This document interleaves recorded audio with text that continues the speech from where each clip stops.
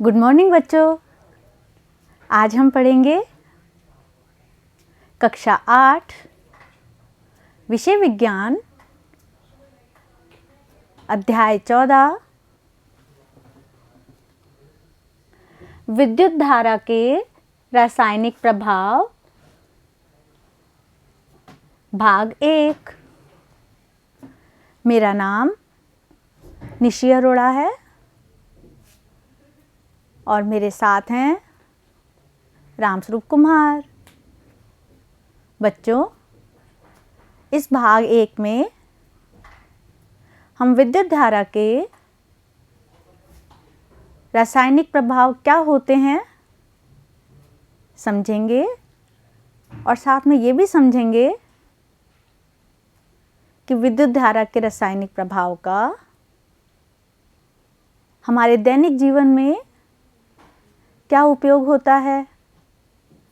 ठीक है बच्चों, शुरू करते हैं।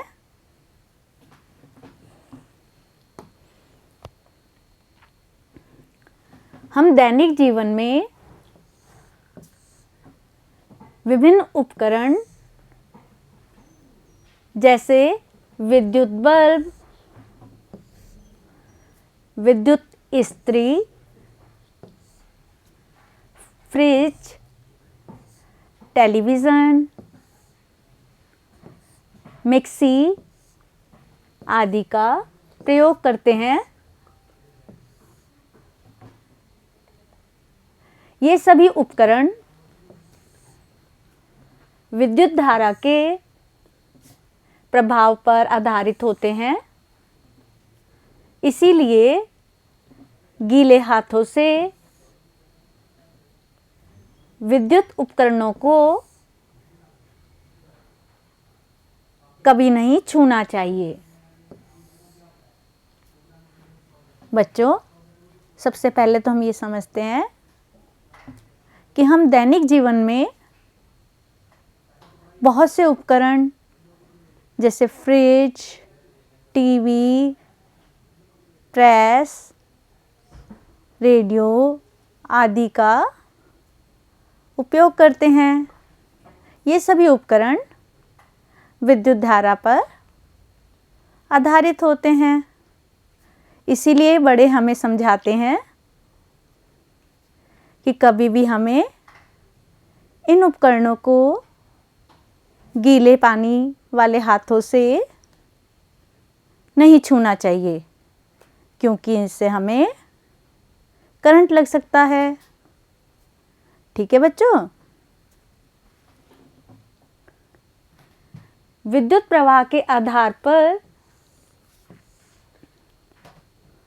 पदार्थों को मुख्य रूप से 2 भागों में विभाजित किया जा सकता है। नंबर 1, सुचालक,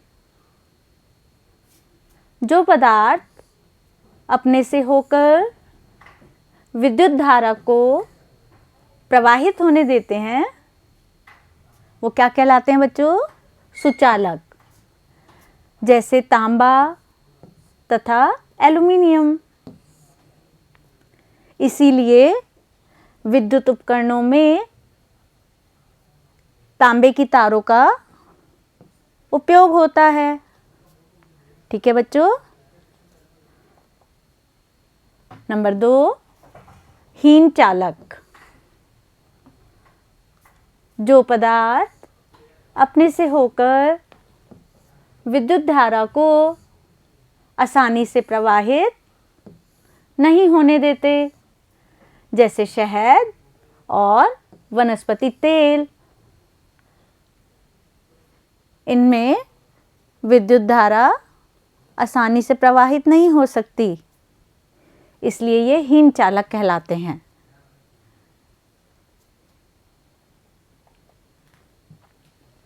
विद्युत धारा के ऊष्मीय प्रभाव के कारण बल्ब का तंतु उच्च ताप तक गर्म होकर दीप्त हो जाता है। बच्चों, जो हम घरों में बल्ब जलाते हैं उसमें बल्ब का तंतु उच्च ताप तक गर्म हो जाता है और दीप्त होकर हमें रोशनी देता है। तो यह किसका प्रभाव है? विद्युत धारा का ऊष्मीय प्रभाव। ठीक है बच्चों, कभी कभी विद्युत धारा के दुर्बल होने के कारण तंतु पर्याप्त गर्म नहीं हो पाते, वह बल्ब दीप्त नहीं हो पाता है।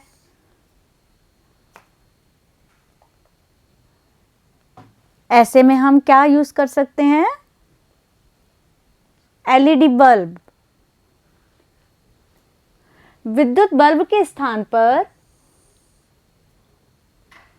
एलईडी अर्थात प्रकाश उत्सर्जक डायोड, लाइट एमिटिंग डायोड का उपयोग कर सकते हैं। एलईडी दुर्बल विद्युत धारा प्रवाहित होने पर भी दीप्त हो सकते हैं। तुमने घरों में एलईडी बल्ब देखे होंगे। ये कम विद्युत धारा या दुर्बल विद्युत धारा होने पर भी जल सकते हैं, काफ़ी पर्याप्त रोशनी देते हैं और इनमें विद्युत की खपत भी कम होती है। इसीलिए आजकल एलईडी बल्ब का ज़्यादा उपयोग होता है। ठीक है बच्चों, विशेष परिस्थितियों में अधिकांश पदार्थ विद्युत धारा का चालन कर सकते हैं। आसुत जल विद्युत का हीन चालक होता है, लेकिन जब आसुत जल में नमक घोल देते हैं तो यह विद्युत का चालक बन जाता है। बच्चों, आसुत जल अर्थात शुद्ध जल जो होता है वो विद्युत का कुचालक या हीन चालक होता है। इसमें विद्युत धारा प्रवाहित नहीं हो सकती। लेकिन जब आसुत जल में कोई लवण, नमक या चीनी घोल देते हैं तो विद्युत धारा का ये सुचालक बन जाता है। ठीक है बच्चों, जो जल हमें नलों,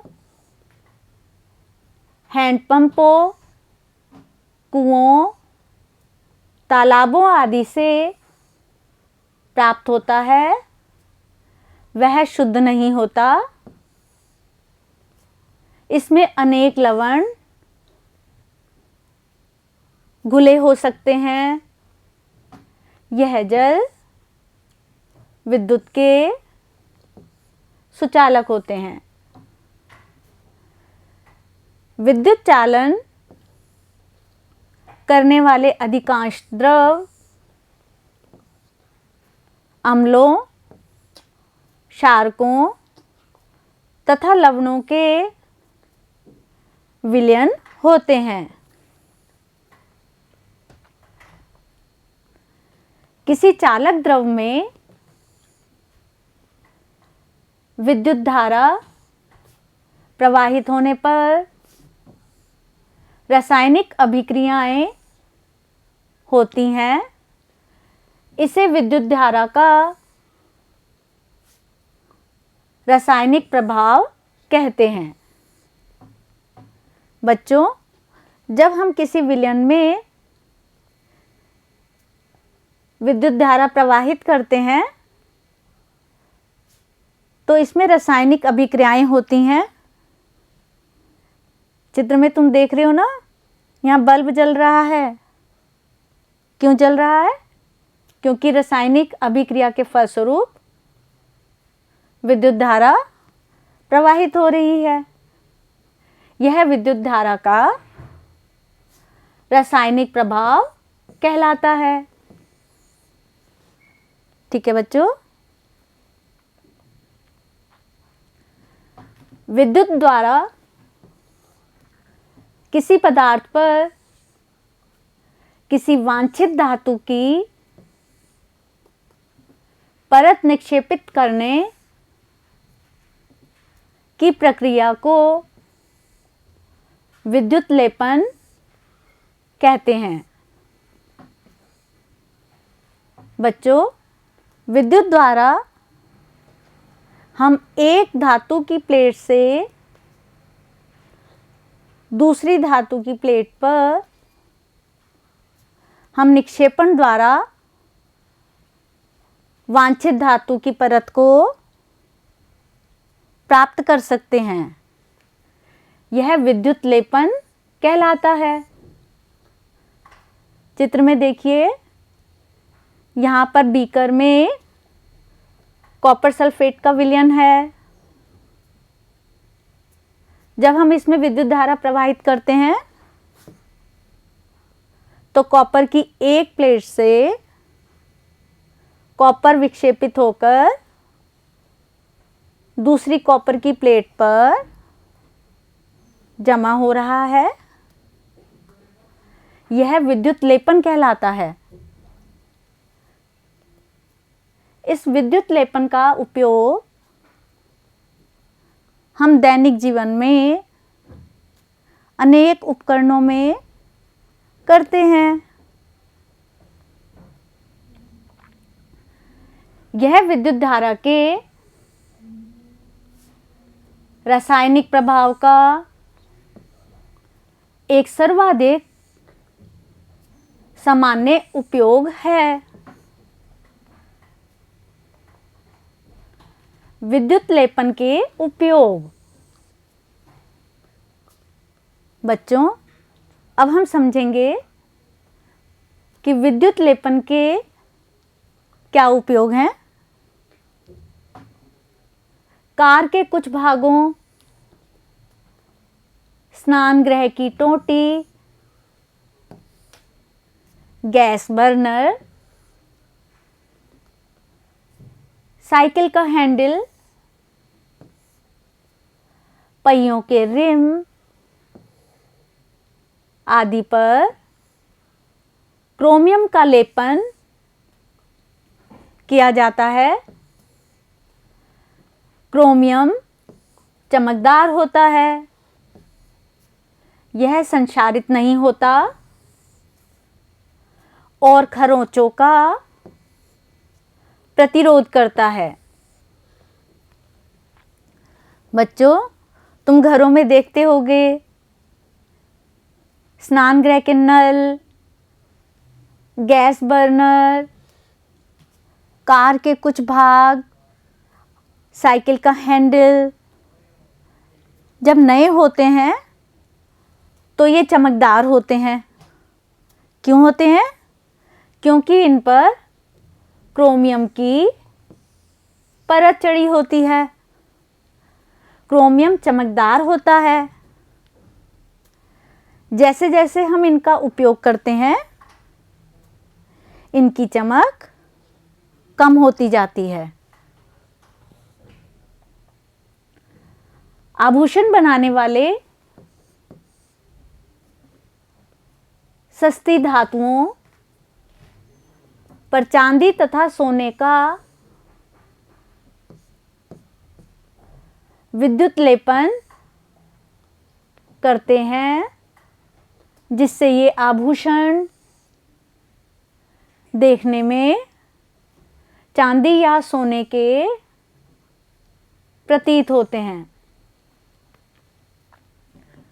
बच्चों, आजकल महिलाएं आर्टिफिशियल ज्वेलरी पहनते हैं ना,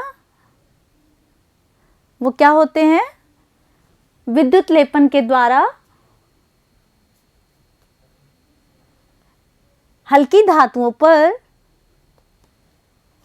चांदी या सोने की परत चढ़ा दी जाती है, जिससे ये सोने जैसे या चांदी जैसे दिखाई देते हैं।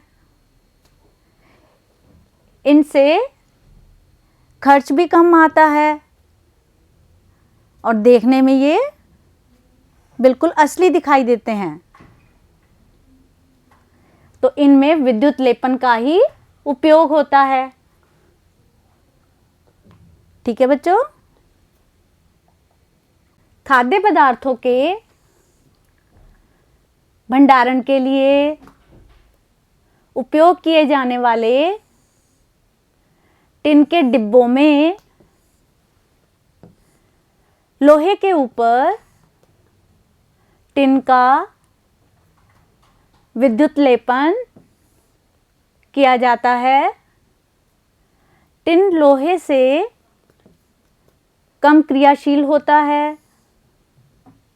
इस प्रकार खाद्य पदार्थ लोहे के संपर्क में नहीं आते और खराब होने से बच जाते हैं। बच्चों, तुम देखते होगे आजकल जो हम खाने का सामान बाजार से लाते हैं वो टिन के डब्बों में मिलता है, जैसे घी, मिठाइयाँ और भी बहुत सी चीज़ें। ये टिन के डब्बों में क्यों रखे जाते हैं? क्योंकि टिन जो है कम क्रियाशील होती है, इसलिए खाद्य पदार्थ लोहे की धातु से क्रिया नहीं करते और इसमें रखे खाद्य पदार्थ खराब नहीं होते हैं। ठीक है बच्चों, लोहे को जंग से बचाने के लिए लोहे पर जिंक की परत विद्युत लेपन द्वारा निक्षेपित की जाती है। बच्चों, लोहा जब बाहर पड़ा रहता है तो ये वायु या जल के संपर्क में आने से उस पर जंग लग जाता है। तो जंग से बचाव के लिए लोहे पर जिंक की एक परत चढ़ाई जाती है। तो यह भी विद्युत लेपन द्वारा होता है। ठीक है बच्चों, अब आप समझ गए होंगे कि विद्युत लेपन के बहुत से उपयोग हैं। अब पाठ का सारांश पूरा होता है। आप इस वीडियो को दोबारा देखना, समझना और कॉपी में लिखना। ठीक है बच्चों, भाग 2 में हम इसके प्रश्न उत्तर करेंगे। धन्यवाद।